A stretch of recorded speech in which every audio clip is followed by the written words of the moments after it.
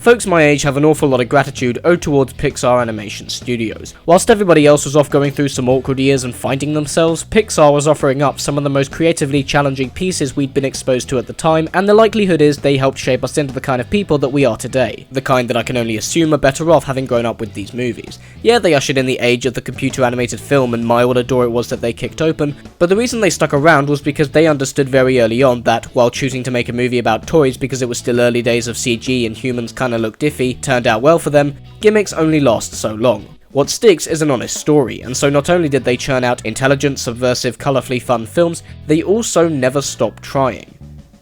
Until 2011. But, while yeah, it's a shame that some of the more recent ones haven't done that great, even on a down day you'd have to work pretty hard to find any that are outright bad, and still, it was damn nice of them to wait for us all to grow up, walk away, and do our own thing before showing any signs of weakness. Anyway, Inside Out is the first in a while where it feels Pixar have gone back to the original formula, taking silly hokey premises and using them to offer up important real-world messages one wouldn't see coming a mile away, and it's more than likely going to be one of those movies that young adults years from now will rewatch on Netflix after a decade-long hiatus from their repeated viewings from back when they were 10 and realise, whoa, this movie's actually way more legit than I remember. This is, by all intents and purposes, the big showcase that this is still one of the best studios in the business. Inside Out is a wonderful movie that may very well be my favourite of the year, and I suppose that's a decent segue into using the big frame of reference that I always tend to bring up. Here's the reason though, the LEGO Movie changed my perception of what family movies could be. It took arguably the ballsiest approach with its conceit and delivered a third act quality elevating reveal, one more often than not associated with adult genre pieces advertising their smarts in the first place, and had the guts to do it in a movie about LEGO characters flying around in a LEGO universe. First it was adventurous, fun and witty, but then the curtain was pulled back to reveal something far more intimate, resonant and thematic, proving that not only was it good, it was clever, subversive and mature. And where the LEGO Movie was positively encouraging creativity, imagination and playfulness, Inside Out is positively encouraging emotional maturity and awareness. On the surface it's a fun adventure about colourful characters exploring and getting caught up in a fantasy world, but at its core it's a story about a young girl going through a tough time in her life, and it's about as resonant, visually inventive, clever and sincere an approach as you could take for what is arguably the most eye-rollingly Pixarian concept imaginable. That not only is the inside of your head basically the bridge of the Starship Enterprise waiting to be manned, but that the personifications of your different emotional states are the crew working day and night to control it and keep everything in check. At first that concerned me. I couldn't tell if they were saying that these emotions were influencing the humans' decisions and responses, or if these humans aren't even conscious, that they're all just empty hollow machines being driven by emotion. And while that could have been an interesting wink for the viewer to ponder over, that's not really a question it's particularly interested in answering, and props to them for staying focused on their aspired narrative and not complicating things by overstretching.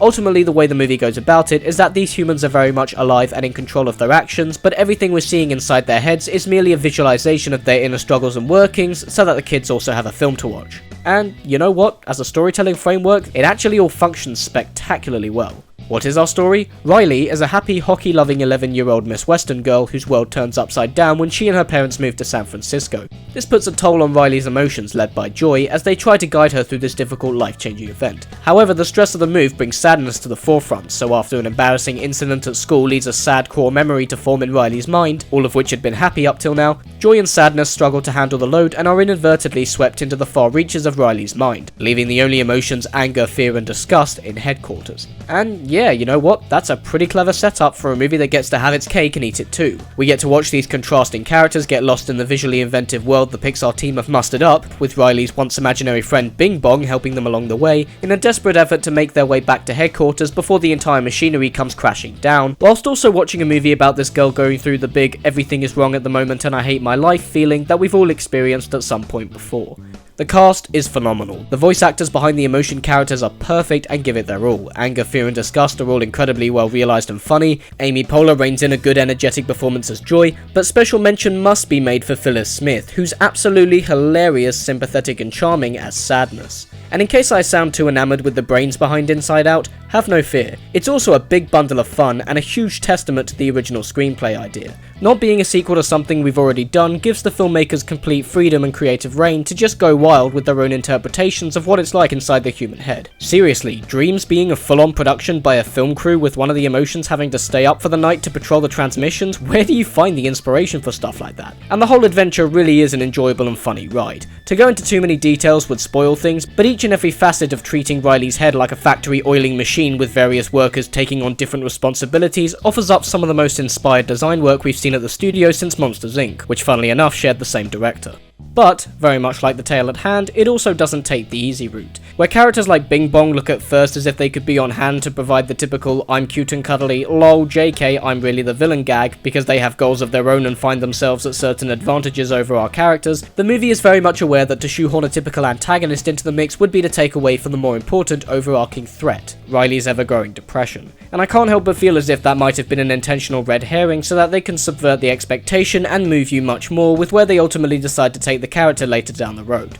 With all this, Pixar offers up an important real-world message resonant enough to put Inside Out alongside such classics as Toy Story, The Incredibles and Finding Nemo, in saying that, as much as we all like to bottle things up sometimes because who can be asked to dwell on the pain of life when we place expectations on ourselves to be the positive, jokey ones, being happy is all well and good, but tough times don't ever get better if all we're doing is squishing things down. Sometimes the only solution is to recognize you're at a down point, take a deep breath and acknowledge that. Talk to someone, speak it out loud. That's the out of Inside Out. Because you know what? We're also human beings. We're flawed and imperfect, and it's important to recognize that. And while I'm not sure depression and mental health has been an item properly explored in a kids movie before, it's a welcome narrative focus point all the same. All in all, Inside Out is a masterpiece of visual storytelling and a contender for one of the best films of 2015. It's a deliberate return to the kind of inspired, earnest filmmaking Pixar became known for back in its heyday, and an absolutely wonderful theatre experience with, by the way, one of the best scores of Michael Giacchino's career. It's funny, it's entertaining, it's a moving human story each and every one of us has experienced at some point in our lives. I can imagine we'll be hearing about this more and more as we start getting closer to Oscar season, and I'm here to tell you all that it's okay, you can believe the hype.